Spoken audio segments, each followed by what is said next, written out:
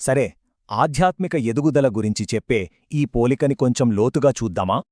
చూడండి, పసిపిల్లలు మొదట్లో పాలు మాత్రమే తాగగలరు. ఇది చాలా సహజం. కాని వాళ్ళు పెరిగే కొద్దీ వాళ్లకు గట్టి ఆహారం కావాలి కదా. మరి ఈ సింపుల్ ఐడియాకి మన ఆధ్యాత్మిక జీవితానికి సంబంధమేంటి? ఈ ఆలోచన హెబ్రీ పత్రిక 5:15లో ఉంది. ఇది ఆధ్యాత్మిక పరిపక్వత గురించన్నమాట.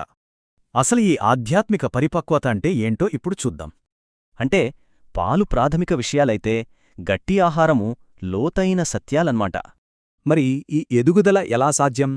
దానికి జవాబు ఒక్కటే: అభ్యాసం. అంటే దేవుని వాక్యాన్ని మన జీవితంలో ప్రతిరోజూ ఉపయోగించడం. ఇది ఆత్మకు ఎక్సర్సైజ్ లాంటిది. ఇలా వాక్యాన్ని పాటిస్తూ ఉంటే ఒక పవర్ఫుల్ స్కిల్ వస్తుంది. అదే మేలు కీడులను గుర్తించడం.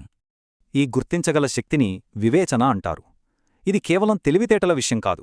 దేవుని చిత్తానికి అనుగుణంగా మనల్ని మనం ట్రైన్ చేసుకోవడం ద్వారా ఇదొస్తుంది. ఈ వివేచన పెరిగాక అప్పుడు మనం గట్టి ఆహారాన్ని తీసుకోగలం.